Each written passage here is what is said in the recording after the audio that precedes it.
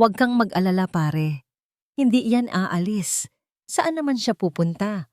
Wala siyang pera, wala siyang pamilya, at matanda na ang itsura niya. Ako lang ang meron siya. Ang mga salitang yon ay hindi sinigaw.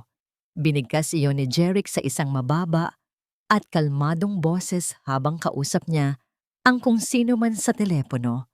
Nakatayo siya sa harap ng malaking salamin sa aming kwarto. Inaayos ang kanyang mamahaling kurbata. Ang bawat kataga ay parang pinong karayom na dahan-dahang tumutusok sa aking dibdib, tagos hanggang sa buto. Nakatayo ako sa likod ng pintuan. Hawak-hawak ang isang platito ng mainit na salabat na ipinagtimpla ko para sa kanya dahil inubo siya kagabi. Tiningnan ko ang aking mga kamay na may hawak ng platito. Ito ang mga kamay na dati ay lumilikha ng pinakamagagandang alahas sa Cebu. Pero ngayon ay magaspang na, tadtad ng maliliit na hiwa at paso mula sa walang tigil na pagluluto at paglalaba. Para kay Jeric, ang mga peklat na ito ay hindi sagisag ng pagmamahal o sakripisyo para sa kanya. Ang mga ito ay tanda ng aking pagiging walang kwenta, isang kasangkapan na lumana at pwede nang itapon. Sa labas, humahagupit ang isang malakas na bagyo. Ang ingay ng ulan sa bubong ay tila nakikipagsabayan sa kabog ng aking dibdib. Pero mas malakas ang dagundong ng takot sa aking puso nang biglang umilaw ang cellphone ko na nakalapag sa mesa. Tumatawag ang ospital. Nanginig ang buong katawan ko habang sinagot ko ang tawag. Ang boses ng doktor ay parang hatol ng kamatayan. Kailangan na raw operahan si nanay ngayong gabi rin. Kung hindi, hindi na niya aabutin ang umaga. 500,000 piso. Iyon ang halagang kailangan para dugtungan ang buhay ng taong nagluwal sa akin. Pumasok ako sa kwarto. Ang amoy ng mamahaling pabango ni Jeric, isang amoy ng tagumpay at kayamanan, ay sumampal sa akin. Napakainit sa loob ng kwarto dahil sa aircon, isang malaking kaibahan sa magina-maginaw at basang mundo na naghihintay sa akin sa labas. Jeric, tawag ko sa kanya, basag ang boses. Tumawag ang ospital. Si nanay. Kailangan na daw siyang operahan ngayon din. Parang awa mo na, kailangan ko ng pera. Hindi man lang siya lumingon. Nagpatuloy siya sa pag-aayos ng kanyang buhok. Marisol, kakabigay ko lang sa'yo ng allowance para sa grocery noong 1 linggo. Matuto kang mag-budget. Lumuhod ako. Ibinaba ko ang aking dignidad, ang natitirang piraso ng aking pagkatao. At lumuhod ako sa paanan ng aking asawa. Niyakap ko ang kanyang mga binti. Ang tela ng kanyang pantalon ay mas makinis pa kaysa sa balat ko. Hindi para sa grocery, Jeric. Buhay ng nanay ko ang nakasalalay dito. 500,000 lang. Alam kong meron tayo niyan. Ibalik mo na lang sa akin yung ipon ko na kinuha mo sa bangko nung nakaraang buwan. Yun lang, Jeric. Iyon lang ang hinihingi ko. Sa wakas, tumingin din siya sa akin. Pero wala akong nakitang awa sa kanyang mga mata. Tiningnan niya ako na parang isang basang aso na pumasok sa kanyang malinis na pamamahay at nagkalat ng putik. Tinabig niya ako, hindi malakas, pero sapat para mawalan ako ng balanse at bumagsak sa malamig na sahig. 500,000 para sa isang matanda na nasa bingit na ng kamatayan? Sabi niya habang pinapagpag ang kanyang pantalon kung saan ako humawak, tila nandidiri sa aking dampi. Marisol, maging praktikal ka. Iyang pera na yan, pwede kong i-invest sa negosyo. Pwedeng lumago. Kung ibabayad ko sa ospital, tapon lang yon sa balon. Mamamatay din naman siya. Bakit pa natin patatagalin at gagastusan? Asawa mo ako, Jeric. Nanay ko yon. Sigaw ko. Ang luha ay tuluyan ng bumuhos. Kaya nga asawa kita, dapat iniisip mo ang future natin, hindi yang mga emosyon mo. Sagot niya ng walang gatol. Kinuha niya ang kanyang coat at naglakad palabas. Aalis na ako. May importanteng dinner ako. Huwag mo akong hihintayin.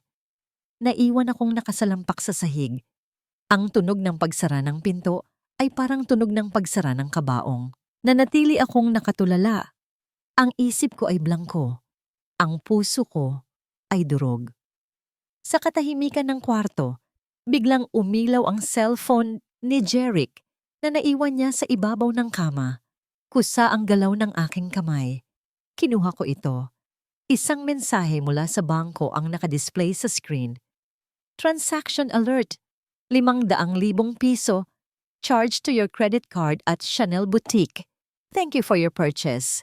At sa ibaba nito isang mensahe mula sa pangalang Celestine. Baby, nakuha ko na yung bag. Ang ganda-ganda. Bagay na bagay sa dress ko para sa date natin tonight. Love you. Nabitawan ko ang telepono. 500,000. Ang halagang katumbas ng buhay ng aking ina.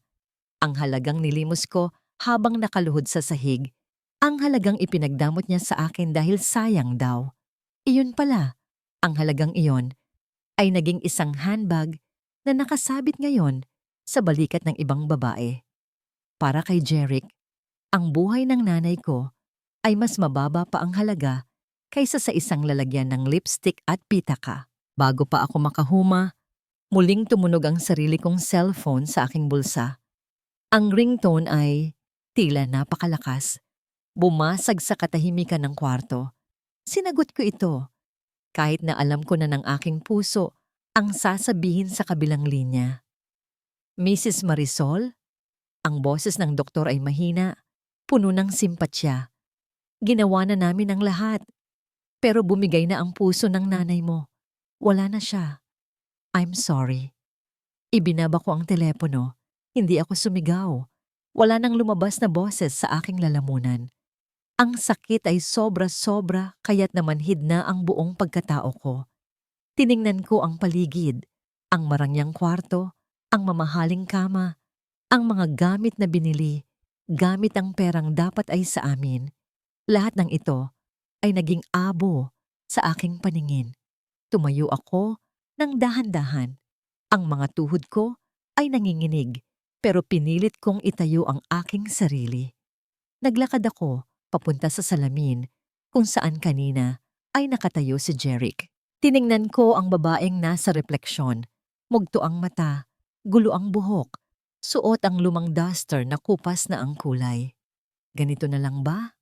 Bulong ko sa hangin. Sa dinami-dami ng bagyo na sinuong ko para sa kanya, bakit ako pa ang naiwan sa ulan? Ang babae sa salamin ay hindi sumagot, pero sa lalim ng kanyang mga mata, may isang apoy na nagsisimulang mabuhay. Isang apoy na higit na mainit kaysa sa anumang pagmamahal na naibigay ko noon. Ito ay apoy ng puot. At ang apoy na ito ang tutupok sa lahat ng kasinungalingan sa bahay na ito. Ang punerarya ay nababalot ng amoy ng natutunaw na kandila at mga nalalantang bulaklak. Hindi ito ang magandang memorial chapel na pinangarap ko para kay nanay. Ito lang ang pinakamurang serbisyo na nahanap ko. Isang masikip na kwarto na may dingding na tinuklap ng panahon at sahig na maalikabok. Wala halos bisita. Ilang kapitbahay lang ang dumaan para mag-abot ng barya at makiramay, pero karamihan sa mga upuan ay bakante. Tila nangungusap ng aming kahirapan. Nakatitig ako sa kabaong. Ito lang ang kaya ng bulsa ko. Simpleng kahoy, walang palamuti. Parang ang sakit isipin na ang babaeng nagbigay sa akin ng mundo ay hihimamay sa ganitong higaan. Kung ibinigay lang sana ni Jeric ang pera, kung hindi lang sana napunta sa isang Chanel bag ang halaga ng buhay niya. Narinig ko ang paghinto ng isang sasakyan sa labas. Ang tunog ng makina ng mamahaling SUV ay tila isang insulto sa katahimikan ng gabi. Bumukas ang pinto at pumasok si Jeric. Nakasuot siya ng itim na suit na halatang mas mahal pa kaysa sa buong lamay na ito. Pero hindi siya nag-iisa. Kasunod niya ay isang babae. Matangkad, balingkinitan, at may balat na tila porselana sa kinis. Nakasuot ito ng itim na dress na hapit sa katawan. Masyadong elegante, masyadong handa para sa isang biglaang lamay. Si Celestine. Condolence, Marisol, sabi ni Jeric nang hindi man lang tumitingin sa kabaong. Dinala ko si Celestine, ang executive assistant ko. Gusto niyang magbigay ng respeto. Respeto? Ang salitang yon ay parang apdo sa aking pandinig. Lumapit si Celestine. Ang tunog ng kanyang takong ay matalas sa semento. Tiningnan niya ako mula ulo hanggang paa at nakita ko ang bahagyang pagngisi sa sulok ng kanyang mga labi habang pinagmamasdan ang aking lumang damit at mugtong mga mata. "I'm so sorry for your loss, Mrs. Cruz," ang sabi niya sa isang boses na tinutubuan ng pilit na lungkot. Inabot niya ang kamay ko. Nang magdampi ang aming mga palad, naramdaman ko ang lamig at ang tigas ng kanyang mga singsing. Agad niyang binawi ang kanyang kamay at pasimpleng kumuha ng alkohol mula sa kanyang bag para maglinis, tila ba nakahawak siya ng isang bagay na nakakadiri. "Ang init naman dito, Sir Jeric," bulong niya, pero sapat para marinig ko. "Wala bang aircon? Baka matunaw ang makeup ko." "Sandali lang tayo," sagot ni Jeric. "Magpapakita lang tayo sandali tapos aalis na." Nagpaalam ako sandali para kumuha ng tubig sa likod. Ang dibdib ko ay sumisikip, hindi dahil sa usok ng kandila, kundi dahil sa puot na kinikimkim ko. Gusto ko silang sigawan, palayasin, pero wala akong lakas. Wala akong pera. Wala akong kapangyarihan. Pagbalik ko, natigilan ako sa may pintuan. Silang dalawa ay nakatayo sa may likuran ng karo ng patay, sa isang madilim na sulok na hindi masyadong naabot ng ilaw. Akala nila ay walang nakakakita. Akala nila ay sila lang ang tao sa mundo. Nakita ko kung paano hinawakan ni Jeric ang bewang ni Celestine. Nakita ko kung paano sumandal ang babae sa dibdib ng aking asawa, parang isang maamong pusa. At sa harap mismo ng kabaong ng aking ina, sa lugar kung saan dapat ay nagluluksa ang aking asawa kasama ko, nakita ko silang naghalikan. Isang halik na mabilis pero puno ng pagnanasa. Isang halik na nagparumi sa sagradong sandali ng pamamaalam ng aking ina. Tumalikod ako. Napasandal ako sa pader at napahawak sa aking dibdib upang pigilan ang nagbabadyang pagsabog ng aking damdamin. Gusto kong sumuka. Ang lasa ng apdo ay umakyat sa aking lalamunan. Sa harap ng kabaong ng aking ina, nagawa nilang babuyin ang huling gabi ng kanyang lamay. Ang taong pinangakuan ko ng katapatan at ang babaeng pinagkatiwalaan ko, magkayakap sa dilim habang ako ay nagluluksa sa liwanag ng kandila. Tumakbo ako palayo sa kanila. Nagtago ako sa likod ng kurtina kung saan nakatambak ang ilang gamit ni nanay na nakuha ko mula sa ospital. Nanginginig ang aking mga kamay habang hinahawakan ko ang kanyang lumang Biblia. Ito na lang ang natirang yaman niya. Isang librong tadtad ng sulat sa gilid at gusot na ang mga pahina kakabasa. Nang buksan ko ito upang humugot ng lakas, may isang maliit na piraso ng papel ang nahulog mula sa pagitan ng mga pahina ng awit. Isang tiket ng Ultraloto. Pinulot ko ito. Luma na ang papel, pero malinaw pa ang mga numero. Ang mga numerong tinayaan ni nanay ay pamilyar na pamilyar sa akin.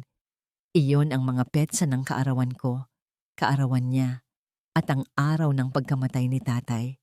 Sa likod ng tiket, may nakasulat sa nanginginig na penmanship ni nanay. Para sa bagong simula ng anak ko. Napatingin ako sa diaryong nakalatag sa sahig na ginamit na pambalot ng tinapay na ipinamigay sa ilang bisita kanina. Ang petsa ng diaryo ay kahapon. Nasa front page ang resulta ng draw. Inilapit ko ang tiket sa diaryo. 6 na numero. Isa-isa kong itinapat ang mga numero sa tiket sa mga numerong nakalimbag sa diaryo. Ang mundo sa paligid ko ay biglang tumahimik. Nawala ang ingay ng mga sasakyan sa labas. Nawala ang tunog ng pag-uusap ni Jeric at Celestine. Ang tanging naririnig ko ay ang dagundong ng dugo sa aking tainga. Una, pangalawa, pangatlo, hanggang sa huling numero, lahat tumugma. Tinakpan ko ang aking bibig upang hindi makawala ang isang sigaw. Muli kong tiningnan ang premyo na nakasulat sa itaas ng resulta. Jackpot prize, 335 milyong piso. Napaupo ako sa sahig. Niyakap ko ang tiket at ang Biblia ni nanay. Sa gitna ng aking pagdadalamhati, sa gitna ng aking pagiging api, iniwanan ako ni nanay ng sandata. Hindi lang ito pera. Ito ang susi ng aking kalayaan. Ito ang espada na gagamitin ko para putulin ang tanikala na itinali ni Jeric sa aking leeg. Marisol! Ang boses ni Jeric ay bumasag sa aking ulirat. Mabilis pa sa 4:00, isiniksik ko ang tiket sa loob ng aking bra, malapit sa aking puso. Tumayo ako at pinunasan ang aking mukha. Lumabas ako mula sa likod ng kurtina. Nakatayo si Jeric sa may pintuan, mukhang inip na. Si Celestine ay nasa labas na, naghihintay sa loob ng kotse na parang isang reyna. Kanina pa kita tinatawag, singal ni Jeric. Ang muka ay nakakunot sa inis. Umuwi na tayo. Ihatid na lang natin si Celestine, tapos dumiretso na tayo. Magluto ka ng hapunan pag-uwi. Gutom na ako. At pwede ba, ayusin mo yung mukha mo? Para kang Biyernes Santo. Tiningnan ko siya. Tiningnan ko ang lalaking ito na ilang minuto lang ang nakalipas ay nakikipaghalikan sa iba habang nakaburol ang biyenan niya. Noon, ang tingin ko sa kanya ay isang higante na kinatatakutan ko. Pero ngayon, habang nararamdaman ko ang papel na nakadikit sa aking dibdib, bigla siyang lumiit sa paningin ko. Isa lang siyang maliit na tao na nabubuhay sa utang at kasinungalingan. Hindi na ako yumuko, hindi na ako nanginginig. Isang kakaibang ngiti ang sumilay sa aking mga labi. Isang ngiti na hindi umabot sa aking mga mata. Ito ang nangiti ng isang taong alam ang katapusan ng kwento bago pa man ito magsimula. Opo, Jeric. Sagot ko sa tinig na nakakatakot sa pagkakalmado nito. Uuwi na ako at ipagluluto kita nang hinding-hindi mo makakalimutan. Sumakay ako sa likod ng kotse habang silang dalawa ay sa harap. Nagtatawanan na parang ako ay hangin lang. Tumingin ako sa bintana habang papalayo kami sa punerarya. Paalam, nanay. Salamat sa huling regalo. Huwag kang mag-alala. Magsisimula na ang palabas. Ang pagpasok sa opisina ng Philippine Charity Sweepstakes Office ay parang pagpasok sa ibang mundo.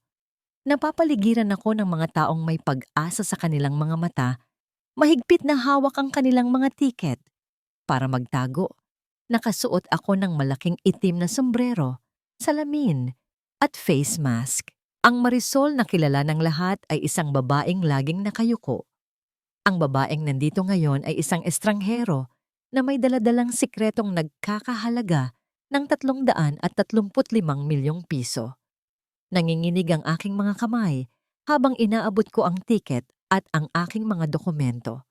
Ang bawat segundo ng paghihintay habang verify nila ang tiket ay parang isang walang hanggang pagsubok. Paano kung nagkamali ako ng tingin? Paano kung panaginip lang ang lahat? Ngunit nang iabot sa akin ng manager ang tseke at nakita ko ang aking pangalan na nakasulat sa tabi ng halagang napakaraming zero, doon ko naramdaman ang bigat ng katotohanan. Hindi ito panaginip. Ito na ang aking bagong simula.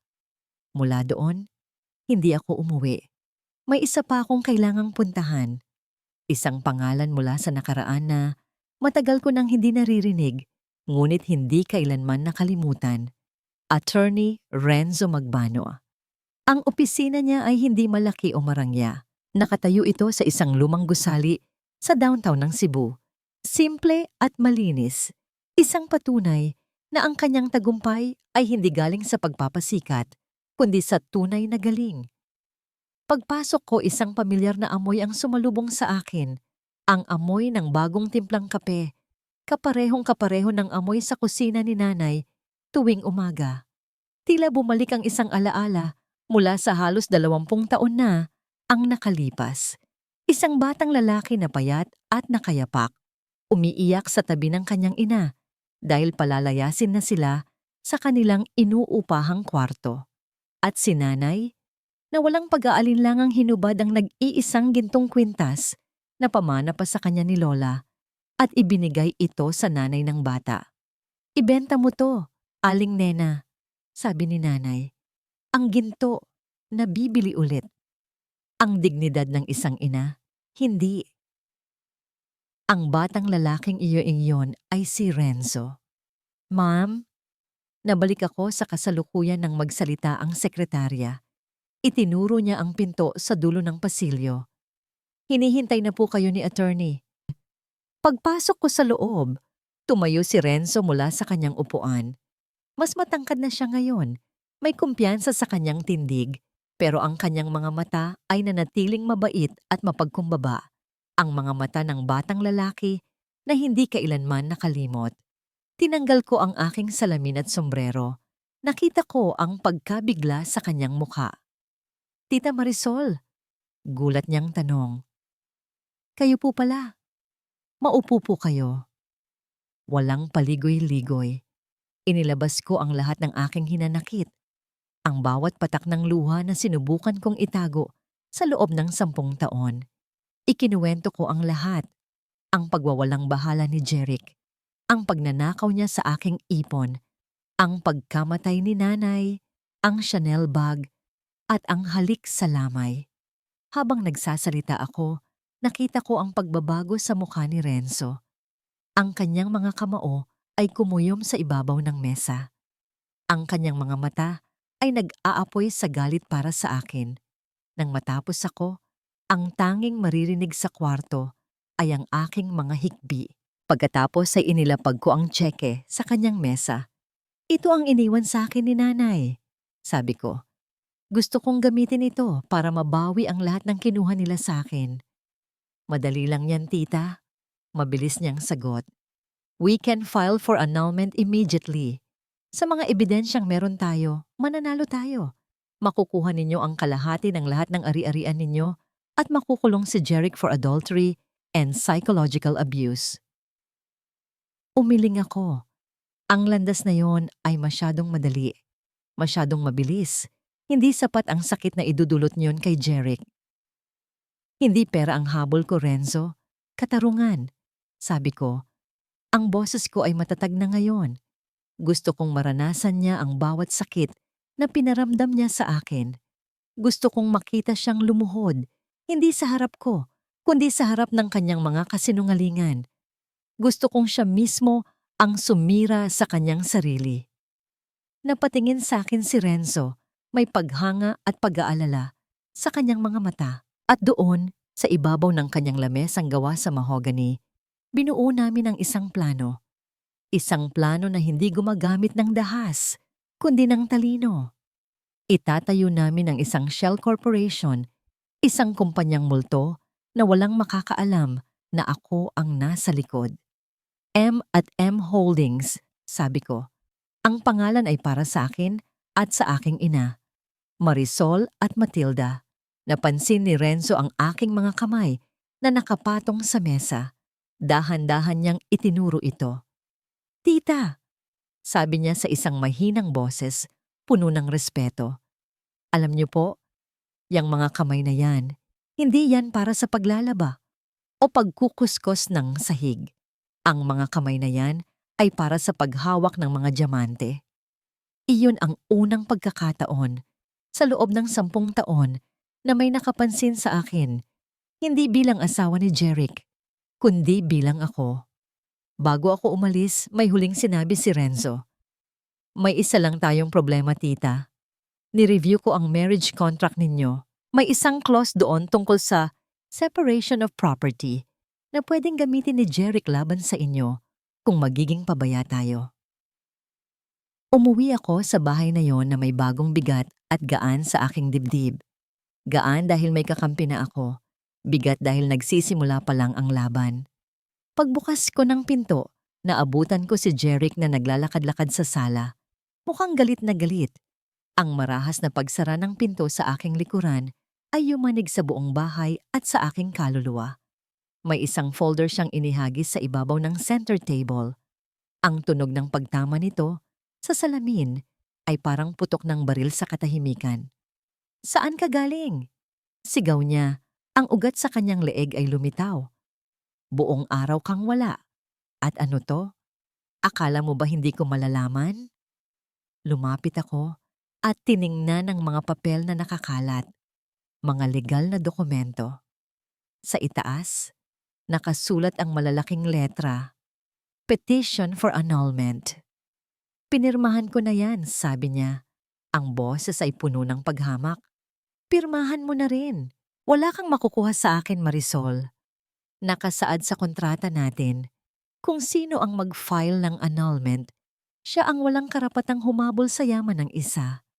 At dahil ako ang nauna, lahat ng ito, sabi niya, habang ikinakalat ang kanyang mga kamay sa kabuuan ng aming marangyang sala, ay mananatiling sa akin.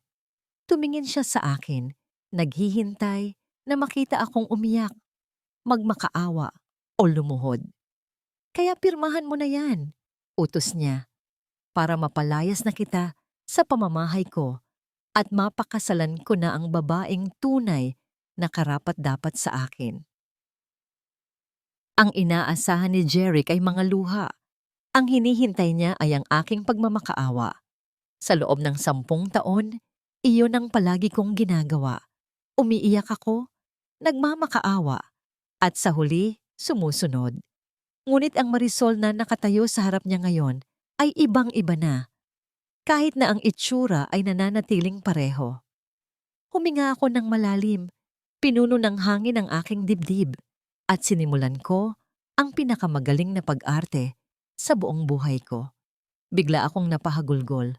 Ang mga pekeng luha ay mabilis na tumulo mula sa aking mga mata na parang totoong-totoo. Sinalubong ko ang kanyang tingin. Ang aking mga mata ay puno ng kunwaring pagkabigla at sakit. Huwag, Jeric. Parang awa mo na, sabi ko sa basag na tinig habang dahan-dahang lumalapit sa kanya. Huwag mong gawin sa akin to. 10 taon, Jeric. 10 taon kitang pinagsilbihan. Itinuring kong hari ng buhay ko. Huwag mo naman akong itapon na parang basura. Hinawakan ko ang kanyang braso, pero marahas niya itong iwinaksi. Ngunit imbes na masaktan, isang lihim na ngiti ang namuo sa aking isipan. Iyon mismo ang reaksyon na gusto ko. Tapos na tayo, Marisol, sabi niya. Ngunit nakita ko sa kanyang mga mata ang kasiyahan. Ang isang narsisista ay walang mas gusto kundi ang makita ang kanyang biktima na nagdurusa. At ngayong gabi, binibigyan ko siya ng isang palabas na hindi niya malilimutan. Sige, hindi ko pipirmahan. Sigaw ko, kunwari ay nagwawala. Hindi ako papayag na mapunta ka sa iba. Dito lang ako. Nakita ko ang nangiti sa kanyang labi. Isang ngiti ng tagumpay. Bahala ka sa buhay mo, sabi niya at tinalikuran ako. Pero tandaan mo, bawat araw na hindi ka pipirma, impyerno ang aabutin mo sa bahay na to. Naiwan akong mag-isa sa sala. Nang marinig ko ang pagsara ng pinto ng aming kwarto, agad na natuyo ang aking mga luha. Pinunasan ko ang aking pisngi at napatingin sa salamin. Ang babaeng nakatingin pabalik sa akin ay may mga matang puno ng determinasyon. Ang laro ay nagsimula na. Kinabukasan, tumawag ang anak naming si Bea. Ngunit ang kanyang boses ay kakaiba. Matipid, malamig, at tila may takot. Ma, okay lang po ba kayo? Tanong niya. Oo, anak. Ikaw, kumusta ka dyan? Okay lang po, sagot niya. Ngunit may narinig akong ibang boses sa background. Isang bulong na hindi ko maintindihan. Ma, sige na po. May klase pa ako. Bye. At ibinaba niya ang telepono. Isang kaba ang gumapang sa aking dibdib. May hindi tama. Nararamdaman ko bilang isang ina. Ngunit kailangan ko munang unahin ang isang laban. Samantala, sa loob ng kanyang malamig at salaming opisina, ang mundo ni Jeric ay unti-unti nang gumuho. Ang mga tawag mula sa bangko ay sunod-sunod. Ang credit card ni Celestine ay na-max out na sa pagbili ng mga alahas at designer clothes. Ang proyekto na inaasahan niyang mag-aahon sa kanyang kumpanya ay nanganganib na makansela dahil sa kakulangan ng pondo. Sir, tumatawag po ulit ang Finance Department. Kailangan na daw po nating magbayad sa mga supplier, sabi ng kanyang sekretarya sa intercom. Napahila mo si Jeric sa kanyang mukha. Sa isang iglap, ang lahat ng kanyang pinaghirapan ay parang kastilyong buhangin na tinatangay ng alon. At doon, sa gitna ng kanyang desperasyon, isang email ang pumasok sa kanyang inbox. Ang subject, Investment Proposal. At M Holdings, ang puso ni Jeric ay biglang bumilis. Ito na ang hinihintay niya, ang sagot sa kanyang mga problema. Mabilis niyang binuksan ang email. Nakasaad doon na handa ang M at M Holdings na i-finance ang kanyang proyekto. May isang kondisyon. Kailangan niyang isanla ang lahat ng kanyang personal na ari-arian bilang collateral, kasama na ang bahay na tinitirhan namin. Para sa isang taong gahaman tulad ni Jeric, ang kondisyon ay isang maliit na balakid lamang. Ang nasa isip niya ay ang milyon-milyong kikitain niya. Hindi niya alam na ang kamay na nag-aalok sa kanya ng tulong ay ang parehong kamay na hihila sa kanya pababa sa kumunoy. Nang gabing iyon, isang ibang Jeric ang umuwi sa bahay. Wala na ang sigaw at pagbabanta. Sa halip, dala niya ang isang buke ng rosas, mga bulaklak na 10 taon ko nang hindi nakikita. Mahal, bati niya sa akin, isang salitang matagal nang naging lason sa aking pandinig. Para sa'yo. Tinanggap ko ang mga bulaklak nang may kunwaring gulat at tuwa. Sa loob-loob ko, gusto kong ihampas ang mga ito sa kanyang mukha. Naghanda ako ng hapunan, ang paborito niyang sinigang na hipon. Ngunit sa pagkakataong ito, habang naglalagay ako ng asin, dinagdagan ko pa ito. At dinagdagan ko pa ulit. Umupo kami sa hapagkainan. Pinagsilbihan ko siya na parang isang reyna na naglilingkod sa kanyang hari. Ang unang subo niya ay halos magpangiwi sa kanyang mukha. Nakita ko ang panginginig ng kanyang panga habang pinipilit niyang lunukin ang sabaw na sobrang alat. Masarap ba, mahal? Tanong ko. Ang aking boses ay malambing, ngunit ang aking mga mata ay nagmamasid. Tumango siya at pilit nang ngumiti. Sabay tungga ng isang buong basong tubig. Oo, ang sarap. Parang mas sumarap pa yata ang luto mo ngayon. Talaga? Sabi ko. Ginawa ko kasi yan ng may pagmamahal. Kumain ka, Jeric. Sabi ko sa aking isipan. Lunukin mo ang bawat butil ng kanin kasama ng iyong mga kasinungalingan. Pagkatapos ng hapunan, habang nag-aayos ako ng mga plato, inilabas niya ang isang folder. Hindi ito ang annulment papers. Bago ito. Mahal, sabi niya. Inakbayan ako. May good news ako. May isang malaking investment na papasok sa kumpanya. Ito na ang mag-aahon sa atin. Ang kailangan ko lang ay ang pirma mo dito.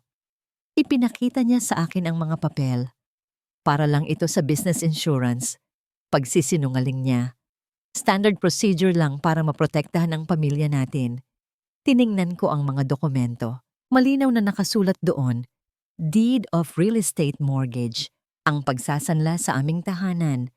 Ang tanging bagay na masasabi kong mayroon pa ako. Nagkunwari akong nag-aalangan. Sigurado ka ba dyan, Jeric? Baka delikado yan. Huwag kang mag-alala. Sabi niya, hinahaplos ang aking buhok. Para ito sa future natin. Para sa pamilya natin. Magtiwala ka sa akin. Magtiwala sa'yo? Gusto kong matawa ng malakas. Kinuha ko ang ballpen. Tumingin ako sa kanyang mga matang puno ng pananabik at kasakiman. Ngumiti ako sa kanya, isang nangiti na pinaghalong pag-ibig at katangahan. Ang nangiting sanay na siyang makita sa akin. Sige mahal, sabi ko. Kung para sa pamilya natin, pipirmahan ko. At sa ilalim ng kanyang mapanuring tingin, idiniin ko ang dulo ng ballpen sa papel. Habang ang tinta ay gumuguhit sa linya, isang boses ang nagsasalita Sa aking isipan, malinaw at matatag. Ang bahay na ito ay sa akin na ngayon, Jeric. At ikaw, simula sa gabing ito, ay isa na lamang nangungupahan. Ang katahimikan sa bahay ay naging mas mabigat pagkatapos ng gabing iyon. Bagamat nararamdaman ko ang bigat ng kalokohan na nagawa ni Jeric, hindi ko pa rin mapigilan ang sarili kong mag-alala. Ang bahay na ito, ang tanging tunay kong pagmamay-ari, ay nakasanla na. Pero ang mas matindi pang bumabagabag sa akin ay ang pagbabago sa boses ni Bea sa telepono. Nang mga sumunod na araw, palagi akong naghihintay sa kanyang tawag, ngunit puro text messages na lamang ang natatanggap ko. Busy po sa school, ma. Okay lang po ako. Ang mga simpleng mensaheng iyon ay parang mga maliliit na patak ng asido na unti-unting tumutunaw sa aking puso. Isang hapon, habang naghahanda ako ng merienda, isang simpleng kutsinta na paborito niya noon, biglang may kumatok sa pinto. Hindi ang tunog ng pagkatok na pamilyar sa akin, na laging masigla at sabik. Ito ay mabigat at nag-aalangan. Pagbukas ko ng pinto, natigilan ako. Nakatayo roon si Bea. Hindi na siya ang maliit na batang babae na laging nakayakap sa akin. Ang kanyang buhok ay pininturahan ng kulay rosas na hindi bagay sa kanya. At ang kanyang mga mata, na dati puno ng saya, ay ngayon ay tila malalim at walang emosyon. Nakasuot siya ng damit na hindi ko maalala kung saan niya nakuha. Mukhang mamahalin, ngunit hindi tugma sa kanyang edad. Bea, halos pabulong kong sabi, "Anak, ikaw na ba yan?" Hindi siya sumagot. Tumingin lang siya sa akin na parang isang estranghero. Napansin ko ang mga madilim na bilog sa ilalim ng kanyang mga mata. Tila hindi siya natutulog ng maayos. "Pasok ka, anak," sabi ko, pilit nang ngumingiti. Maganda ang ginawa kong kutsinta. Naglakad siya papasok na parang isang bisita lamang. Umupo siya sa sofa, ngunit hindi siya nag-abalang yumakap o magbigay ng kahit na anong senyales ng pagmamahal. Nakatingala lang siya sa kisame, tila nawawala sa sarili niyang mundo. Sinubukan kong kausapin siya, pero ang mga sagot niya ay maikli at malamig. "Ma, bakit ganito ang amoy sa bahay?" Tanong niya habang itinuturo ang kusina. "Parang luma." Napayuko ako. "Ano ka ba, anak? Yan ang amoy ng lutong bahay. Hindi po yan ang luma na sinasabi ko. Parang amoy ng pagkabigo." Gumalaw ang aking mga daliri. "Bea, ano bang nangyayari sa'yo?" "Wala po," sagot niya.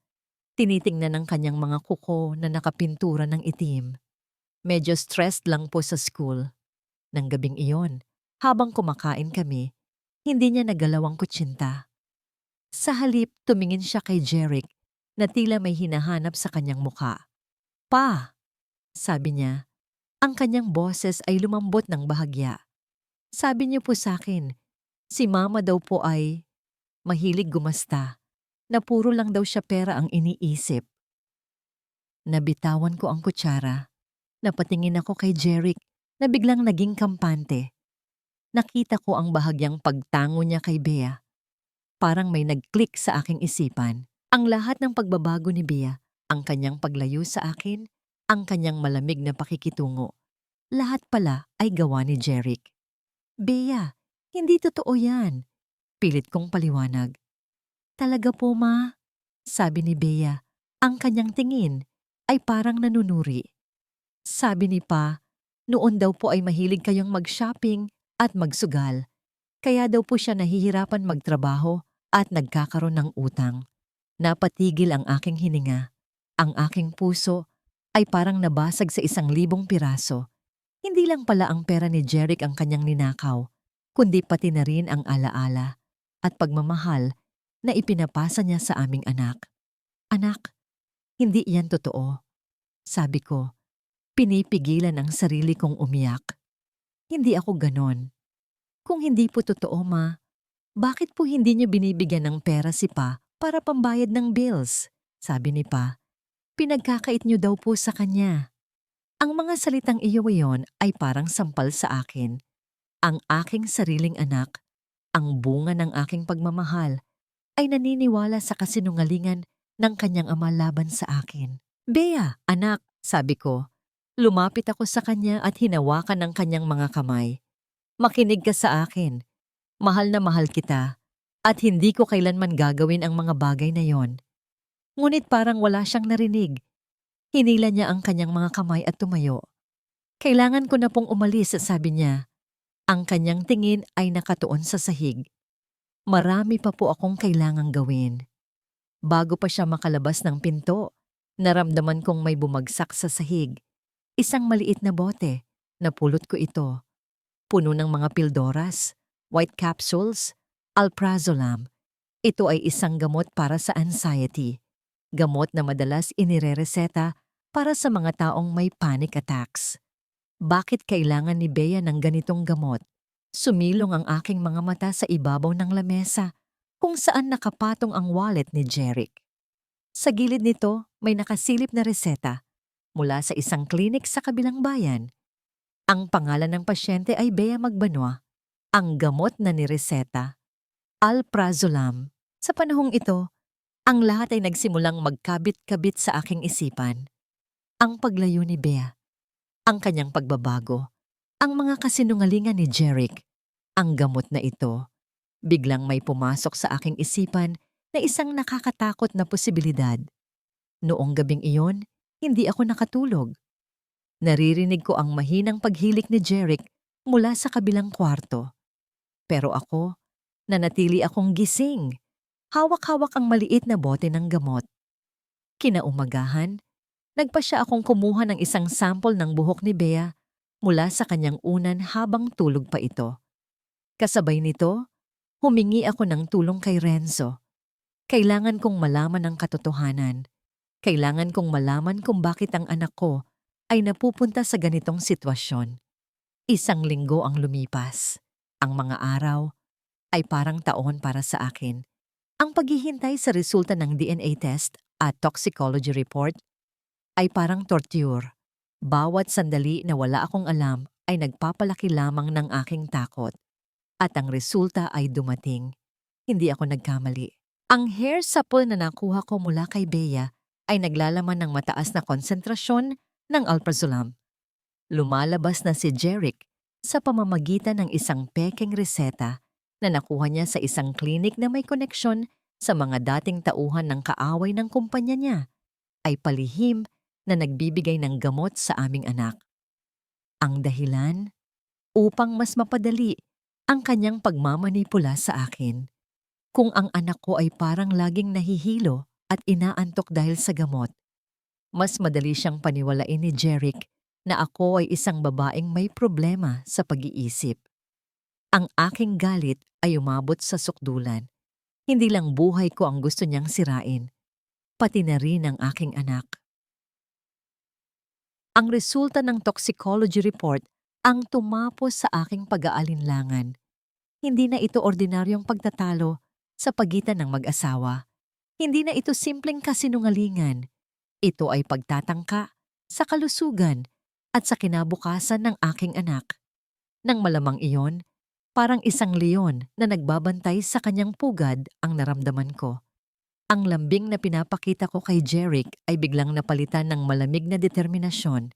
Isang gabi, habang nakahiga ako sa kama, nagkunwari akong mahimbing na natutulog. Narinig ko ang pagbukas ng pinto at ang mga yabag ni Jeric. Lumapit siya sa lamesita kung saan nakapatong ang mga gamot ni Bea. Kinuha niya ang isang maliit na bote at kumuha ng ilang tableta. "Para to sa'yo, anak," bulong niya sa hangin na parang kinakausap ang multo. "Para hindi ka na masyadong malikot. Para masunod mo ang lahat ng gusto ko." Sa sandaling iyon, ang lahat ng takot ko ay napalitan ng galit. Hinintay kong makatulog siya nang mahimbing bago ako bumangon. Kinuha ko ang aking cellphone at tinawagan si Renzo. "Renzo, kailangan ko ng tulong mo." "Ngayon din," sabi ko. Ang boses ko ay nanginginig sa pinipigilang galit. Agad siyang pumayag. Hindi na niya ako tinanong kung ano ang nangyayari. Alam niyang mahalaga ito. Sa loob ng ilang minuto, Narinig ko ang tunog ng sasakyan na papalapit sa aming bahay. Habang palabas ako ng bahay, nakita ko ang isang itim na sasakyan na nakaparada sa kabilang kanto. Hindi pamilyar sa akin ang sasakyan, ngunit may kakaiba sa aura nito. Parang may nagmamasid. Napailing na lamang ako at sumakay sa sasakyan ni Renzo. "Ano po ang nangyayari, tita?" Tanong niya habang pinaandar ang sasakyan. Ikinuwento ko ang lahat. Ang pagbibigay ni Jeric ng gamot kay Bea, ang toxicology report, ang aking hinala na may kinalaman ang klinikang yon sa mga dating kasosyo ni Jeric. "Kailangan nating gawin ang isang bagay, Renzo," sabi ko. Ang aking tinig ay puno ng agarang pangangailangan. Hindi ko hahayaang masira niya pa ang buhay ng anak ko. Pinag-isipan ni Renzo ang aking sinabi. Maya-maya, tumango siya. "May alam akong isang paraan. May kakilala ako sa NBI. Makukuha natin ang records ng clinic na yan. At kung mapatunayan natin na may illegal na ginagawa si Jeric, pwede natin siyang Hindi lang yan, Renzo. Putol ko sa kanya. Gusto kong maprotektahan si Bea. Gusto kong siguruhin na hindi na siya muling magagamit ni Jeric para manakit. Nagpatuloy kami sa pag-uusap hanggang sa madaling araw. Plano naming gumawa ng isang trap, gamitin ang M&M Holdings para akitin si Jeric na ilantad ang kanyang mga ilegal na gawain. Kailangan namin ng matibay na ebidensya. Bumalik ako sa bahay bago pa sumikat ang araw. Nang pumasok ako sa kwarto ni Bea, nakita ko siyang umiiyak sa kanyang kama. Nakakabigla dahil ngayon lang ulit siya umiyak sa harap ko. "Ma," sabi niya, ang kanyang boses ay mahina at puno ng pagsisisi. "Patawarin niyo po ako. Mali po ako. Narinig ko po kayong nag-uusap ni Pa noon." Sabi niya po, kung hindi daw po ako titigil sa pagiging rebelde ko, ipapadala niya daw po ako sa abroad, sa isang special school na hindi ko na daw makikita kayo ulit. Natakot po ako, Ma. Napaluha ako at niyakap ko siya ng mahigpit. "Anak, patawarin mo rin ako. Hindi ko alam na ganito pala ang nangyayari. Pero nandito na ako ngayon. Hindi ka na nag-iisa." Sa wakas, naramdaman ko ang pagbabalik ng aming relasyon. Ito ang tunay na bagong simula na dapat ay pinaglaban ko noon pa. Pagkalipas ng ilang araw, nagpadala ang M&M Holdings ng isang formal na offer kay Jeric. Ito ay isang kontrata para sa isang malaking proyekto na magliligtas sa kanyang kumpanya mula sa pagkalugi. Ngunit ang kondisyon ay mas mahigpit kaysa dati. Kailangan niyang isanla ang kanyang personal na ari-arian. At kasama na dito ang bahay na yon, pati na rin ang malaking halaga ng pera bilang collateral. Alam kong hindi na siya magdadalawang isip. Nang gabing iyon, habang nagpapanggap akong natutulog, narinig ko ang yabag ni Jeric sa sala. Maya-maya pa, may kumatok sa pinto ng aking kwarto. Nakita ko sa ilalim ng pinto ang isang maliit na piraso ng papel. Kinuha ko ito. Nakasulat doon, gamit ang sulat kamay ni Jeric. "Kailangan ko ng pirma mo sa isang document bukas ng umaga. Huwag kang maingay." Kinabukasan, habang nasa trabaho si Jeric, tinawagan ko si Renzo. "Handa na ang lahat," sabi ko. "Nasa kanya na ang bola. Kailangan na lang nating maghintay." Habang naghihintay kami, isang hindi inaasahang pangyayari ang naganap. Nakatanggap ako ng tawag mula sa klinik kung saan nakuha ang pekeng reseta para kay Bea. Ang tumawag ay isang babae na nagpakilalang dating empleyado doon. "Miss Marisol," sabi niya, ang boses ay nanginginig. "May kailangan po akong sabihin sa inyo tungkol po kay Celestine." Nakinig ako ng mabuti. Lumabas sa kwento ng babae na si Celestine ay hindi lamang ang kasintahan ni Jeric. Siya pala ay anak ng dating business partner ni Jeric na nalugi dahil sa isang sabwatan nila ni Jeric noon. Ang paglapit ni Celestine kay Jeric ay may plano. Ang pabagsakin siya mula sa loob. Ang mga pagkakamali ni Celestine, ang pag-ubos ng pera, ang pagbibigay ng maling impormasyon sa proyekto, lahat pala iyon ay sinadya. Hindi ko alam kung dapat akong matuwa o mas lalo pang matakot. May plano pala si Celestine, pero hindi ito ang plano na gusto ko para sa akin at sa aking anak. May ebidensya ka ba? Tanong ko. Ang aking puso ay kumakabog. Opo, sagot ng babae.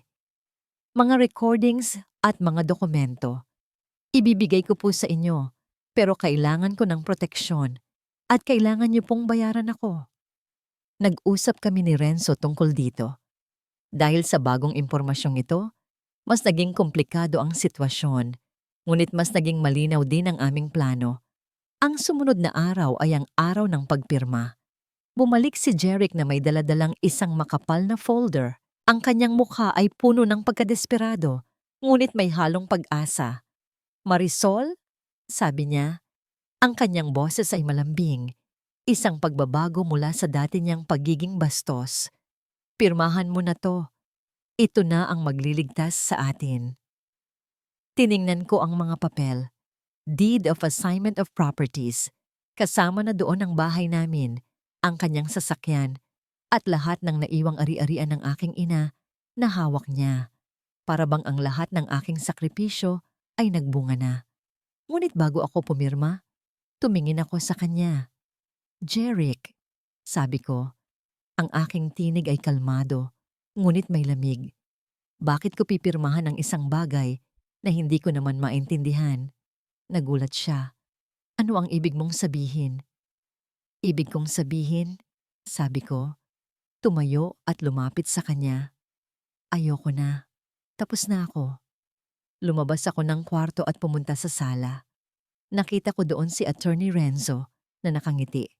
Sa kanyang tabi, nakatayo ang babaeng nagbigay sa akin ng impormasyon tungkol kay Celestine. Pagbalik ko sa kwarto, nakita ko ang pagkalito at pag-aalala sa mukha ni Jeric. Anong nangyayari, Marisol? Tanong niya. Ang nangyayari, Jeric, sabi ko, ay ang pagtatapos ng iyong laro.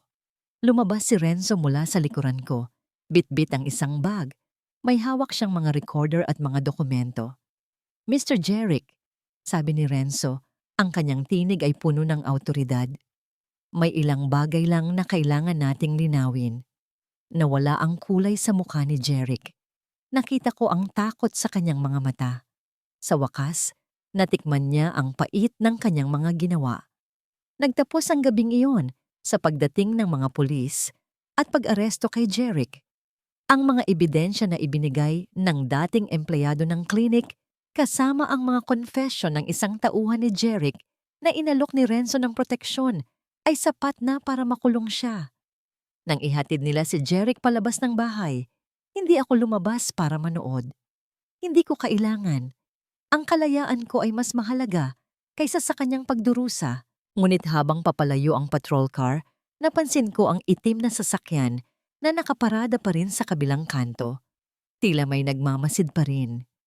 Sino sila? At bakit sila naroon? Ang pag-alis ni Jeric ay nag-iwan ng kakaibang katahimikan sa bahay. Isang katahimikan na hindi ko inaasahan.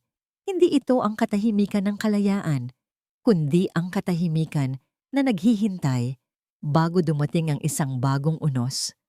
Ang aking unang pakiramdam ay ginhawa, ngunit sa likod nito ay may bahid ng pangamba. Alam kong hindi pa tapos ang laban. Nang sumunod na linggo, isang hindi inaasahang bisita ang dumating. Si Celestine. Marisol, sabi niya, nakangiti ng matamis. Ang kanyang mga mata ay tila kumikinang na parang mga alahas. Narinig ko ang nangyari kay Jeric. Nakakalungkot. Gusto ko lang sanang dalawin ka. Alam mo naman, bilang kaibigan ninyo. Pagkapasok niya sa bahay, tila nagbago ang buong kapaligiran. Ang amoy ng kanyang pabango. Isang mamahaling pabango na nagpapahiwatig ng kayamanan at kasakiman ay kumalat sa bawat sulok. Tiningnan niya ang paligid na parang sinusuri, ang bawat piraso ng muebles, ang bawat kurtina na parang naghahanap ng kanyang bagong pag-aari. Ang laki naman pala ng bahay ninyo, sabi niya. Tila nagulat, ngunit ang kanyang tono ay puno ng pagmamayabang. Pero ang luma na ng itsura, hindi bagay sa isang babaeng tulad mo na, well, alam mo na. Nagkunwari akong hindi narinig ang kanyang pahiwatig. Ngumiti lang ako. Gusto mo ng kape, Celestine? Oo, sana, sabi niya. Pero huwag mong pahihirapan ang sarili mo. Baka mapagod ka lang. Habang nagtitimpla ako ng kape, narinig ko ang kanyang paglalakad-lakad sa sala. Naririnig ko ang tunog ng kanyang takong sa sahig na parang may sinusukat ang halaga. Nang ibigay ko sa kanya ang tasa, napansin kong tinitingnan niya ang aking mga kamay. Grabe Marisol, sabi niya, tila naawa. Kawawa ka naman. Hanggang ngayon, ang gaspang pa rin ng mga kamay mo. Siguro, hirap ka na sa paglalaba at pagluluto mag-isa, ano? Napalunok ako. Ito na ang pagkakataon. Oo, Celestine, sabi ko. Tinitingnan siya sa mata. Napakabigat ng lahat. Lalo na't alam kong si Jeric, may iba siyang minamahal noon pa. Nakita ko ang bahagyang pagbabago sa ekspresyon niya. Ang ngiti niya ay nawala ng ilang segundo. Ngunit mabilis niya itong nabawi. Naku Marisol, huwag mo nang isipin yan, sabi niya. Hinahaplos ang aking braso. Ang mahalaga ngayon, magsimula ka ng bagong buhay. Kung gusto mo, pwede kitang tulungan. Alam mo naman, mabait akong tao.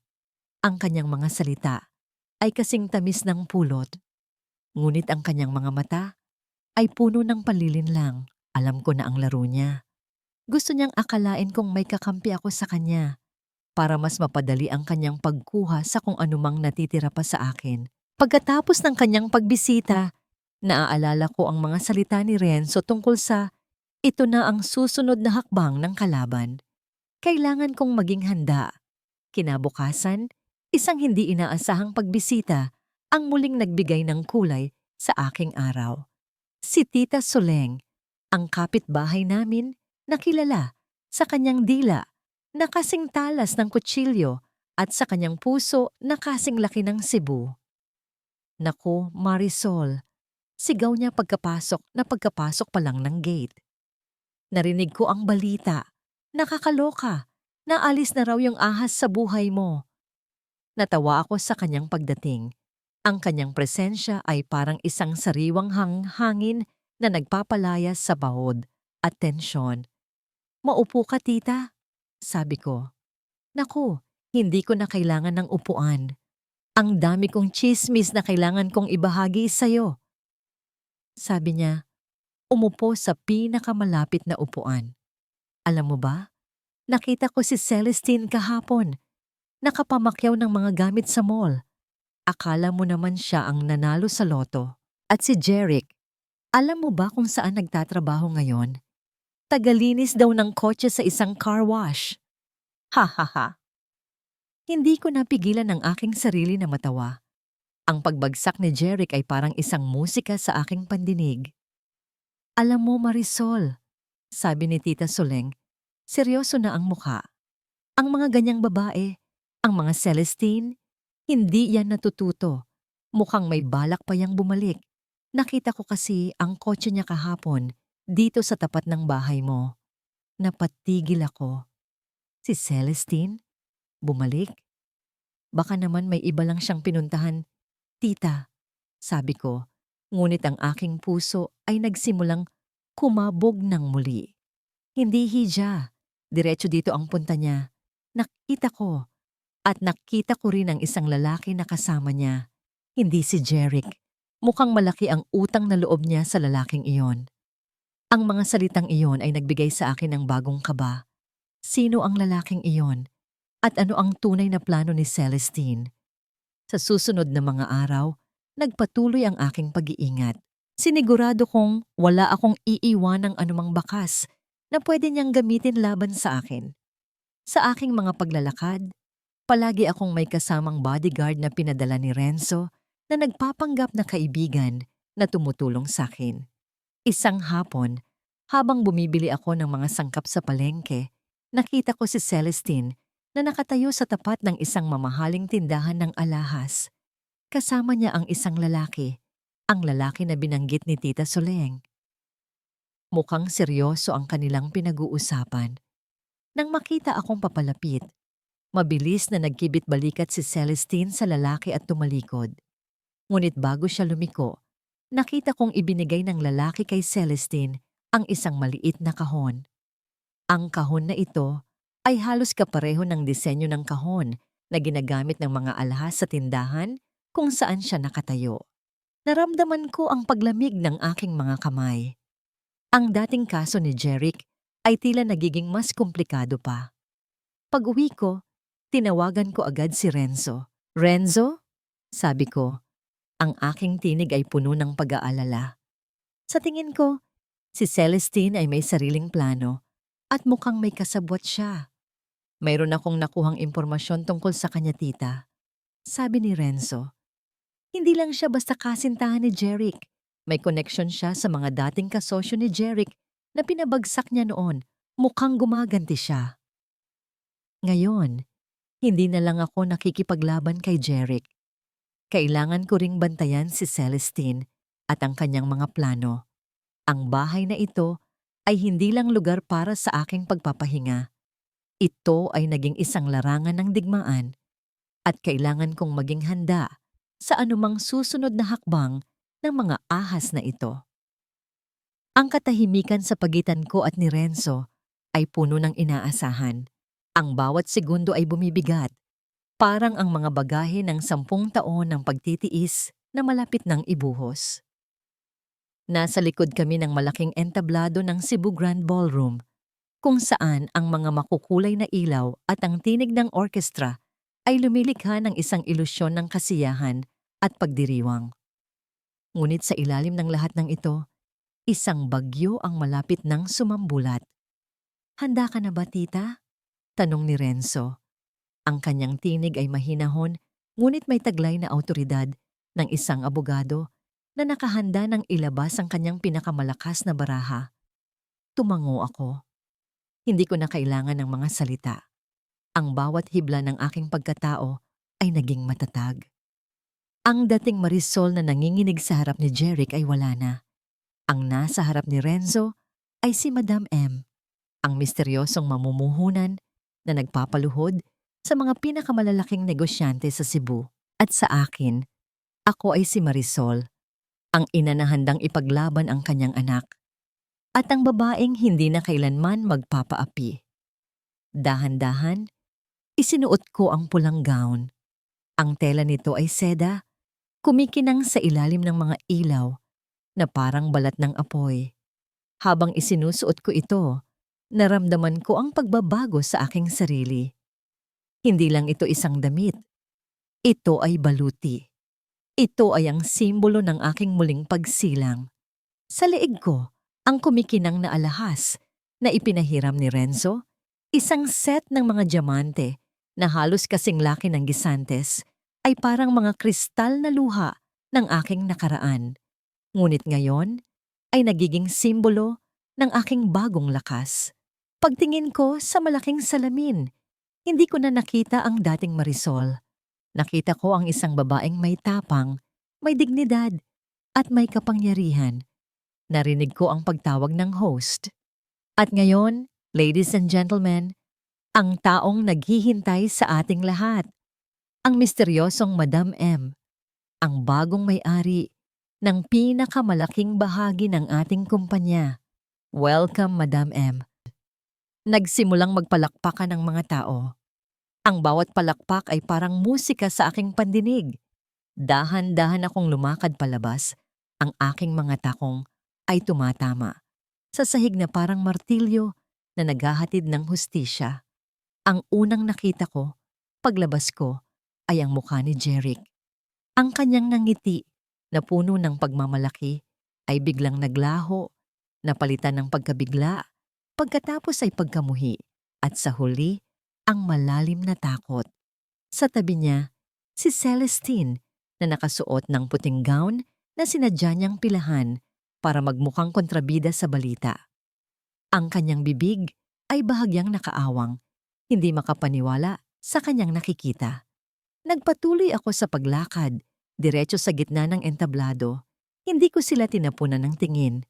Ang aking mga mata ay nakatuon sa unahan kung saan naghihintay ang mga mamamahayag at ang mga bisita na puno ng kuryosidad. Magandang gabi sa inyong lahat, sabi ko. Ang aking boses ay malinaw at matatag, umalingaw-ngaw sa buong bulwagan. Ako si Marisol Cruz at ako ang Madam M. Nagkaroon ng mahabang sandali ng katahimikan. Tanging ang mahinang tunog ng musika ang maririnig. Pagkatapos, ang bulungan ay nagsimulang kumalat na parang apoy. Si Marisol, imposible. Paano? Nakita ko kung paano nagunahan sa pagkuha ng litrato ang mga mamamahayag.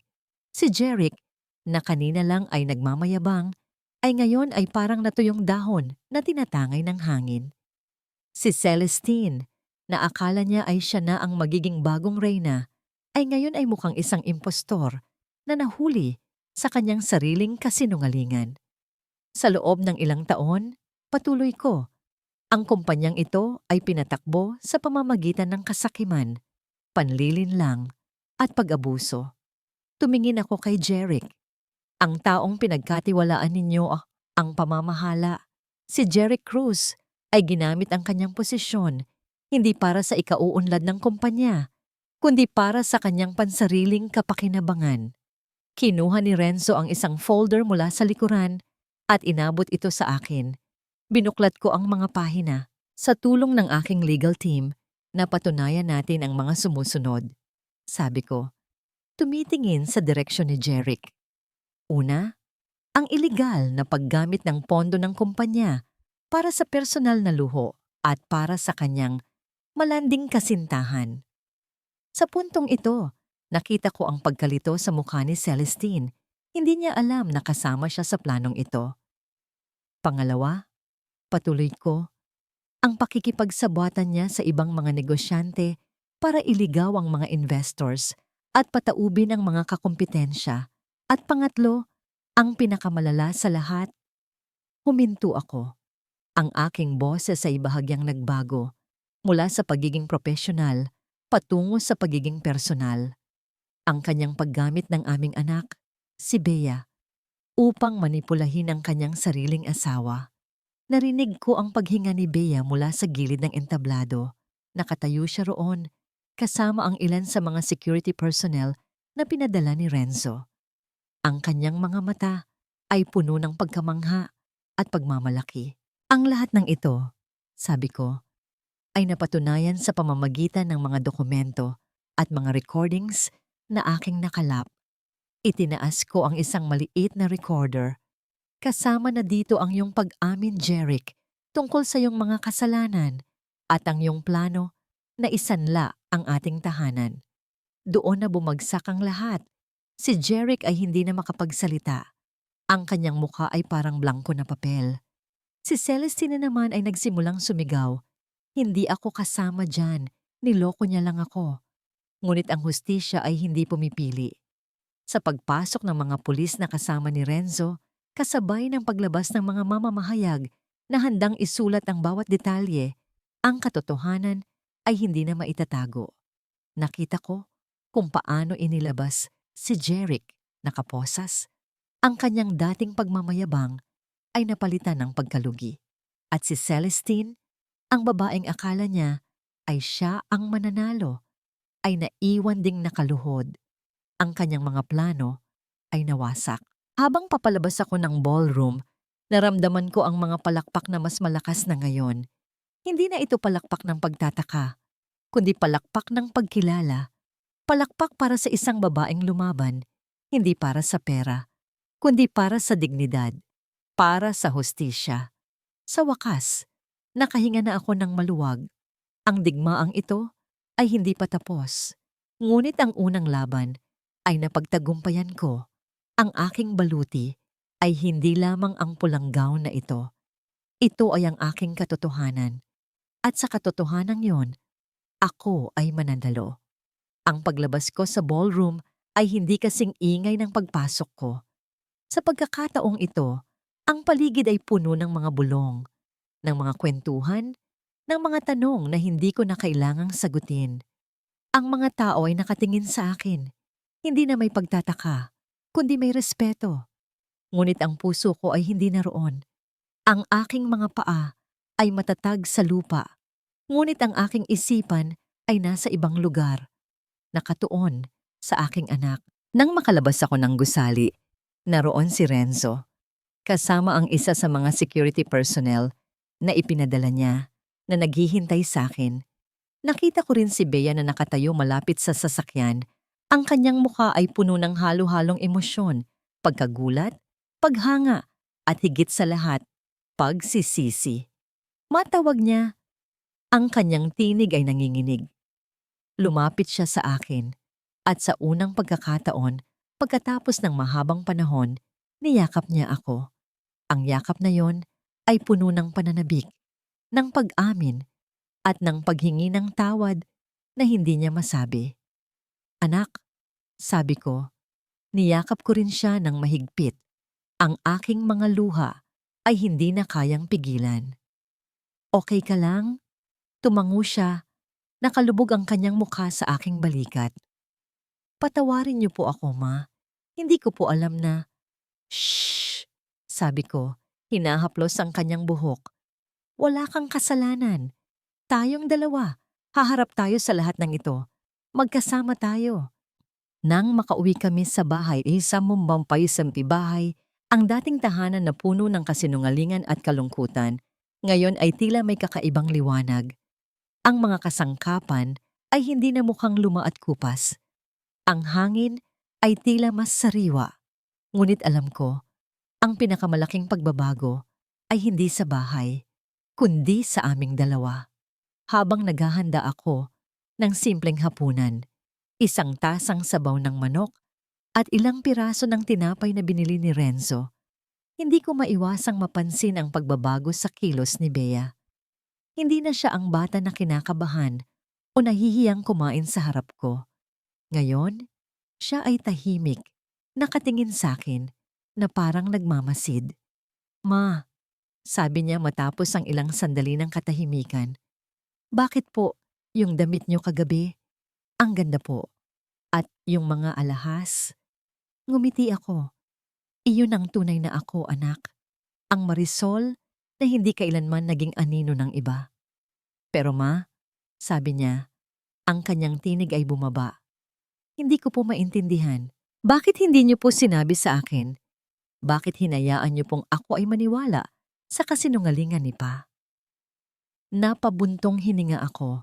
Ito ang pinakamahirap na bahagi. Ang pagpapaliwanag sa aking anak ng mga sugat na hindi niya dapat naranasan.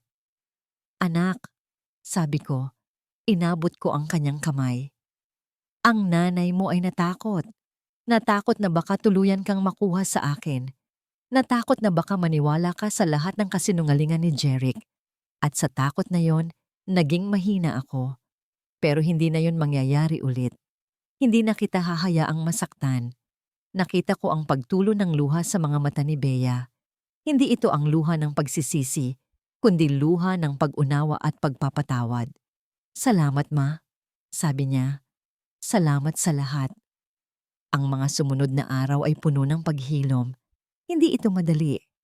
May mga sandali pa rin ng pagdududa, ng takot. Ngunit bawat araw, mas nagiging matatag ang aming pagmamahalan. Nagluluto kami ng magkasama, nanonood ng mga lumang pelikula, at nag-uusap tungkol sa aming mga pangarap. Ang mga pangarap na dating nabura ng kasinungalingan, ngayon ay unti-unti nang nabubuo muli. Napansin ko rin ang pagbabago sa aking sarili. Ang dating pagod at takot ay napalitan ng sigla at pag-asa. Ang mga sugat na iniwan ni Jeric ay naroon pa rin, ngunit hindi na ito masakit. Ang mga ito ay naging paalala ng aking lakas, ng aking katatagan. Isang hapon, habang nag-uusap kami ni Renzo tungkol sa mga legal na proseso para sa paghihiwalay namin ni Jeric, napansin ko ang kanyang tingin. Ayos ka lang, tita? Tanong niya. Ngumiti ako. Oo, Renzo, mas maayos na kaysa dati. Nakikita ko yan, sabi niya. Pero alam mo, tita, ang paghilom ay hindi lamang pagharap sa nakaraan. Ito rin ay paghahanda para sa hinaharap. Tinitigan ko siya. Ang kanyang mga mata ay puno ng sinseridad at ng pagmamalasakit. Ang kanyang presensya sa aking buhay ay naging isang malaking suporta. Alam mo, tita, patuloy niya, may natuklasan kami tungkol kay Celestine. Hindi pala siya nag-iisa sa pagpapabagsak kay Jeric. May kasabwat pala siya. Isang dating empleyado ng kumpanya na may sama ng loob kay Jeric dahil sa hindi pagbabayad ng bonus. Nagulat ako. Mukhang hindi pa nga tapos ang lahat. Marami pa palang mga lihim na nagkukubli. Pero tita, sabi niya, hinawakan ang aking kamay, huwag kang mag-alala. Mahigpit na ang aming hawak sa kanila. Hindi na sila makakatakas.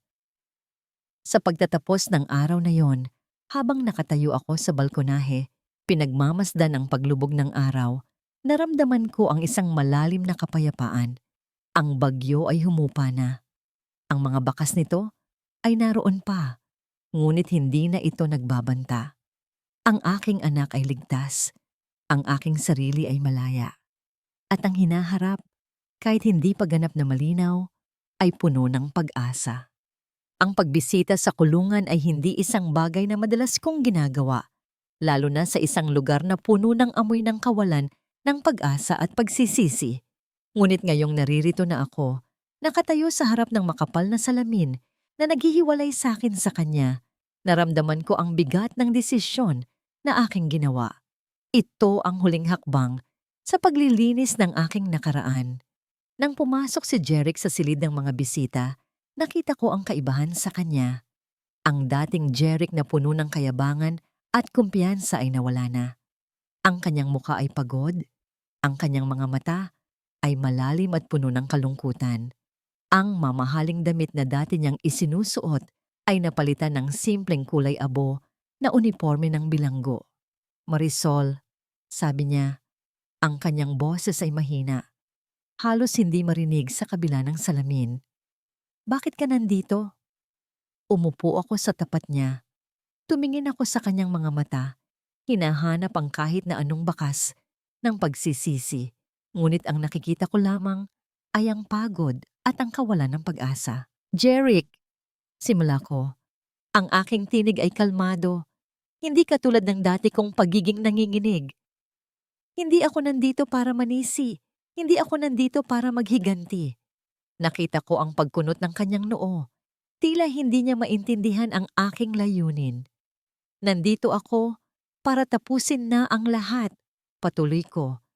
Para sa sarili ko. Para kay Bea at para sa alaala ni nanay. Inilabas ko ang isang maliit na sobre mula sa aking bag. Naglalaman ito ng 2 dokumento. Ang pinal na divorce decree at ang huling pahayag ko tungkol sa pagbibigay sa kanya ng maliit na halaga para sa kanyang pangangailangan habang nakakulong. Isang halagang hindi malaki, ngunit sapat na para hindi niya sabihing pinabayaan ko siya. Ito na ang huling hakbang, sabi ko. Itinulak ang sobre papunta sa kanya. Wala na tayong kailangang pag-usapan pa. Wala na tayong kailangang itago. Kinuha niya ang sobre nang nanginginig ang kamay. Tiningnan niya ang mga dokumento na parang hindi makapaniwala. Marisol? Sabi niya. Ang kanyang boses ay nabalot ng emosyon. Patawarin mo ako. Hindi ko alam kung paano ko nagawa ang lahat ng yon. Nagkamali ako. Nagkamali ako ng malaki. Napabuntong hininga ako. Ang mga salitang yon, ang paghingi niya ng tawad, ay dumating ng huli na. Hindi na ito mahalaga sa akin. Ang mahalaga ay ang aking sariling pagpapatawad. Jeric, sabi ko, ang aking mga mata ay nakatuon sa kanya. Hindi ako nandito para magbigay ng kapatawaran. Ang pagpapatawad ay hindi isang regalo na ibinibigay ko sa iyo. Ito ay isang desisyon na ginagawa ko para sa aking sarili. Nakita ko ang pagkalito sa kanyang mukha. Pinatawad ko na ang sarili ko, sabi ko. Pinatawad ko na ang sarili ko sa mga taon na pinabayaan kong saktan mo. Pinatawad ko na ang sarili ko sa pagpapabaya ko sa aking sarili. Dahil ang tunay na pagpapatawad, Jeric, ay hindi tungkol sa kung sino ang nanakit sa'yo. Ito ay tungkol sa kung paano ka maghilom at magpatuloy. Tumayo ako. Tumayo. Tiningnan ko siya sa huling pagkakataon. Ang dating lalaki na minahal ko ay hindi na naroon. Ang lalaki sa harap ko ay isang estranghero na nabubuhay sa kanyang mga kasalanan. Paalam, Jeric, sabi ko, at lumabas na ako ng silid. Iniwanan siya doon na mag-isa sa kanyang kadiliman. Paglabas ko, naroon si Renzo, naghihintay sa akin. Nang makita niya ang aking muka, alam niyang tapos na. Hindi niya kailangang magtanong. Sumakay ako sa sasakyan at sa unang pagkakataon, sa loob ng maraming taon, naramdaman ko ang gaan sa aking puso. Ang bato na kanina'y bumibigat sa aking dibdib ay nawala na. Okay ka lang, tita? Tanong ni Renzo habang nagmamaneho kami palayo sa kulungan. Oo, Renzo, sabi ko. Tumingin sa labas ng bintana. Ang mga tanawin ng syudad ay mabilis na dumadaan. Mas higit pa sa okay. Alam mo, sabi niya, ang kanyang tinig ay bahagyang nagbago, mas naging personal. Hindi ko alam kung ano ang mga plano mo sa hinaharap, tita. Pero kung sakaling kailangan mo ng kasama sa pagharap sa bagong kabanata ng buhay mo. Napatingin ako sa kanya. Nakita ko ang sinseridad sa kanyang mga mata. Sa loob ng mga buwan na nakilala ko siya, hindi lamang siya naging abogado, kundi naging kaibigan at sandalan. Renzo, sabi ko, ngumiti ako. Nagpapasalamat ako sa lahat ng tulong mo. Hindi ko alam kung ano ang gagawin ko kung wala ka. Ngumiti siya pabalik. Hindi mo kailangang magpasalamat, tita. Ang mahalaga ngayon ay ang iyong kaligayahan at ang kaligayahan ni Bea. Habang papalapit kami sa bahay, napansin ko si Bea na naghihintay sa balkonahe. Hawak-hawak ang isang maliit na bag. Nang makita niya kami, kumaway siya at ngumiti. Isang tunay na ngiti. Ang nangiting matagal ko nang hinintay. Sa mga sandaling iyon, alam kong handa na ako. Handa na akong harapin ang hinaharap. Handa na akong mabuhay, hindi bilang isang biktima, kundi bilang isang survivor. Ang paglabas ko sa kulungan ay hindi lamang ang paglisan sa pisikal na pader na yon. Ito ay ang paglisan sa mga pader na itinayo ni Jeric sa aking isipan at puso sa loob ng maraming taon. Ang pagbisita kay Jeric ay hindi para sa kanya, kundi para sa akin. Para makatawid sa isang kabanata na matagal nang kailangang isara. Nang makauwi ako, nararamdaman ko ang isang klase ng kaluwagan na hindi ko pa naranasan noon. Hindi ito ang kasiyahan ng paghihiganti, kundi ang payapang pakiramdam ng pagpapalaya. Nang mga sumunod na linggo, hindi ako nagmadali. Sa tulong ni Renzo at ng aking bagong nahanap na lakas, sinimulan kong ayusin ang mga natitirang detalye. Ang pagbebenta ng mga ari-arian na nakuha ko mula kay Jeric ay hindi para sa pera, kundi para sa pagpapatayo ng isang pundasyon para sa mga kababaihang biktima ng karahasan at panlilinlang, ang Matilda Foundation, bilang parangal sa aking ina. Ang aking dating trabaho bilang tagaayos ng alahas ay hindi ko binitawan. Sa halip, binigyan ko ito ng bagong kahulugan. Sa ilalim ng M&M Holdings, nagbukas ako ng isang maliit ngunit eleganteng workshop na tinawag kong Marisol's Treasures. Hindi lamang ako nag-aayos ng mga lumang alahas. Lumilikha ako ng mga bagong disenyo, mga piraso na sumasalamin sa aking paglalakbay, mula sa pagiging durog hanggang sa pagiging matatag. Ang bawat piraso ay may kwento. Ang bawat diamante ay kumikinang na parang luha na naging perlas. Si Bea ay unti-unting bumabalik sa dati. Ang kanyang paggaling ay hindi agarang proseso, ngunit sa bawat araw, mas nakikita ko ang dating saya sa kanyang mga mata. Ang kanyang interes sa pag-aaral ay bumalik, at ang kanyang relasyon sa akin ay naging mas malapit kaysa dati. Siya ang aking inspirasyon, ang aking dahilan para patuloy na lumaban at maniwala sa kabutihan. Isang araw, habang nagdidisenyo ako ng isang bagong kwintas, isang piraso na may mga esmeralda at brilyante na sumisimbolo sa pagbabago mula sa kalungkutan patungo sa pag-asa. Tumingin sa akin si Renzo. Nasa opisina siya, nagbabasa ng mga dokumento, ngunit hindi niya mapigilan ang kanyang tingin sa akin. "Ano ang iniisip mo?" tanong niya. Ngumiti. Ngumiti ako pabalik. Iniisip ko lang kung paano ang isang basag na alahas ay maaaring maging mas maganda pa kapag inayos ng may pagmamahal. Tumawa siya. "Iyan ang iyong propesyon, Marisol. Iyan ang iyong talento. At iyan ang iyong pilosopiya sa buhay, hindi ba?" Napatingin ako sa kanya. Ang sinseridad sa kanyang mga mata ay hindi kailanman naglaho. Sa loob ng mga buwan na lumipas, naging malapit kami.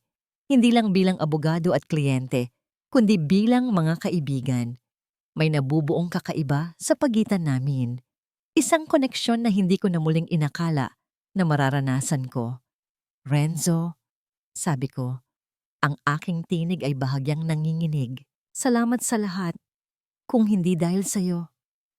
Pinutol niya ako sa pamamagitan ng paglalapit sa akin. Hinawakan niya ang aking mga kamay, ang mga kamay na dating magaspang at puno ng peklat, ngayon ay malinis at may dalang sining. "Hindi mo kailangang magpasalamat, Marisol," sabi niya. Ang kanyang mga mata ay tinitingnan ng aking mga mata. "Ang ginawa mo, ang ipinaglaban mo, iyon ang kahanga-hanga. At kung sakaling hinahanap mo ang isang taong makakasama sa pagharap sa mga susunod na kabanata, nandito lang ako." Naramdaman ko ang init na gumapang sa aking pisngi. Ang mga salitang iyon ay hindi inaasahan, ngunit hindi rin naman nakakagulat. Sa mga sandaling kasama ko siya, nararamdaman ko ang seguridad at respeto na matagal ko nang hinahanap. "Renzo," sabi ko. Ang aking boses ay mahina ngunit malinaw. Hindi ko alam kung ano ang mangyayari sa hinaharap, pero alam ko na masaya ako ngayon at yun ang pinakamahalaga. Isang araw, habang binubuksan ko ang aking workshop, isang maliit na sobre ang nasa harap ng aking pinto. Walang pangalan ng nagpadala, walang address. Tanging isang simpleng quotation sa Tagalog ang nakasulat sa harap. "Ang tunay na kayamanan ay hindi nasusukat sa dami ng ari-arian, kundi sa kapayapaan ng puso." Nang buksan ko ang sobre, naroon ang isang maliit na singsing, isang simpleng pilak na singsing na may maliit na diamante sa gitna. Sa likod nito, nakasulat ang pangalan ng aking ina, Matilda, at sa ilalim nito, isang piraso ng papel na may pangalan ko at ng aking anak, Marisol at Bea. Sa sandaling iyon, naintindihan ko, ang tunay na kapatawaran ay hindi ang paglimot sa sakit, kundi ang pagtanggap na ang sakit na yon ay bahagi na ng aking pagkatao, ngunit hindi na ito ang nagdidikta sa aking buhay. Ang tunay na kayamanan ay hindi ang perang nakuha ko o ang mga alahas na aking nilikha. Ito ay ang pagmamahal ng aking anak, ang pagkakaibigan ko kay Renzo, at ang kapayapaan na natagpuan ko sa aking sarili. Pinagmasdan ko ang kumikinang na diamante sa aking daliri. Hindi ito ang mga diamante ni Jeric o ang mga diamante na nais ni Celestine. Ito ay isang diamante na sumisimbolo sa aking lakas, sa aking pagmamahal, at sa aking muling pagsilang. 3 taon na ang lumipas. Ang dating Marisol na kilala ng marami bilang ang tahimik at tila laging malungkot na asawa ni Jeric ay matagal nang bahagi ng nakaraan. Ngayon, ang pangalan niyang Marisol ay nababanggit na may kasamang paghanga at respeto. Ang Marisol's Treasures, ang kanyang maliit na workshop na nagsimula sa pag-aayos ng mga lumang alahas, ay lumago na ngayon upang maging isang kilalang tatak sa Cebu. Ang kanyang mga disenyo na puno ng kwento ng pag-asa at pagbangon ay hinahanap ng mga kolektor at mga taong nais magsuot ng hindi lamang alahas, kundi isang simbolo ng lakas. Ang kanyang mga gawa ay hindi lamang kumikinang dahil sa ginto at diamante, kundi dahil sa diwa na nakapaloob dito. Ang diwa ng isang babaeng nakabangon mula sa abo. Ang Matilda Foundation naman ay patuloy na lumalago. Sa pamamagitan ng kanyang mga donasyon at ng mga proyektong pang-edukasyon para sa mga kababaihan at kabataan, nagbibigay ito ng pag-asa sa mga nangangailangan. Ang bawat benepisyaryo ay nagiging patunay na ang anumang pagsubok ay maaring maging simula ng isang bagong paglalakbay. Si Bea, na ngayon ay isang dalagang puno ng sigla at kumpiyansa, ay tumutulong sa pamamahala ng negosyo ng kanyang ina. Ang dating batang babae na naligaw ng landas ay natagpuan na ang kanyang sarili, malakas at matatag sa tabi ng kanyang ina. Ang kanilang relasyon ay hindi na lamang ng mag-ina, kundi ng magkaibigan na magkasangga sa buhay. At si Renzo, naroon pa rin siya. Hindi bilang isang tagapagligtas, kundi bilang isang kasama. Ang kanilang relasyon ay hindi nagmadali. Ang pagmamahalan na nabuo sa pagitan nila ay hindi batay sa pangangailangan, kundi sa respeto at pag-unawa. Madalas silang magkasama, naglalakad sa dalampasigan kung saan nagsimula ang lahat, nag-uusap tungkol sa mga pangarap o simpleng nagpapasalamat sa bawat sandali. Ang kanilang pagmamahalan ay parang isang matatag na puno na lumago ng dahan-dahan ngunit may malalim na ugat. Isang hapon, habang nakaupo si Marisol sa kanyang workshop, hawak ang isang bagong disenyo, isang bracelet na gawa sa pinong pilak na may nakaukit na mga salita. Hindi ako ang aking mga sugat. Tumingin siya sa labas ng bintana. Ang dating dagat na saksi sa kanyang kalungkutan ay ngayon ay naglalarawan ng kalayaan. Ang hangin ay tila bumubulong ng mga salita ng pag-asa. Hindi niya kailangan ng isang lalaki para maging kumpleto ang kanyang buhay. Hindi niya kailangan ng kayamanan para maging masaya. Ang kanyang tunay na kayamanan ay ang pagmamahal ng kanyang anak, ang pagiging malaya sa nakaraan, at ang kapayapaan na natagpuan niya sa kanyang sarili. Siya si Marisol, hindi ang biktima, hindi ang naghiganti, kundi ang phoenix na muling sumilang mula sa abo. Mas matatag, mas maliwanag, at mas handa ng lumipad. Ang kwentong ito ay nagtapos, ngunit ang buhay ni Marisol ay nagsisimula pa lamang. At sa bawat pagtibok ng kanyang puso, alam niyang naroon ang pag-asa, ang pagmamahal, at ang walang hanggang lakas na nagmumula sa loob. Ang tunay na kayamanan ay hindi nasusukat sa dami ng ari-arian, kundi sa kapayapaan ng puso. Ang kanyang mga gawa ay hindi lamang kumikinang dahil sa ginto at diamante, kundi dahil sa diwa na nakapaloob dito. Ang diwa ng isang babaeng nakabangon mula sa abo. Salamat, aking mahal na tagapakinig, sa paglalakbay na ito kasama ko. Mula sa simula hanggang sa huling pahina, ang inyong presensya ay naging liwanag sa bawat salita. Nang isinusulat ko ang mga pangyayaring ito, lalo na ang mga sandaling puno ng pighati ni Marisol, ramdam ko ang bawat patak ng kanyang luha, ang bawat kirot ng kanyang puso. Para akong kasama niyang lumuluha, kasama niyang lumalaban, at kasama niyang bumabangon.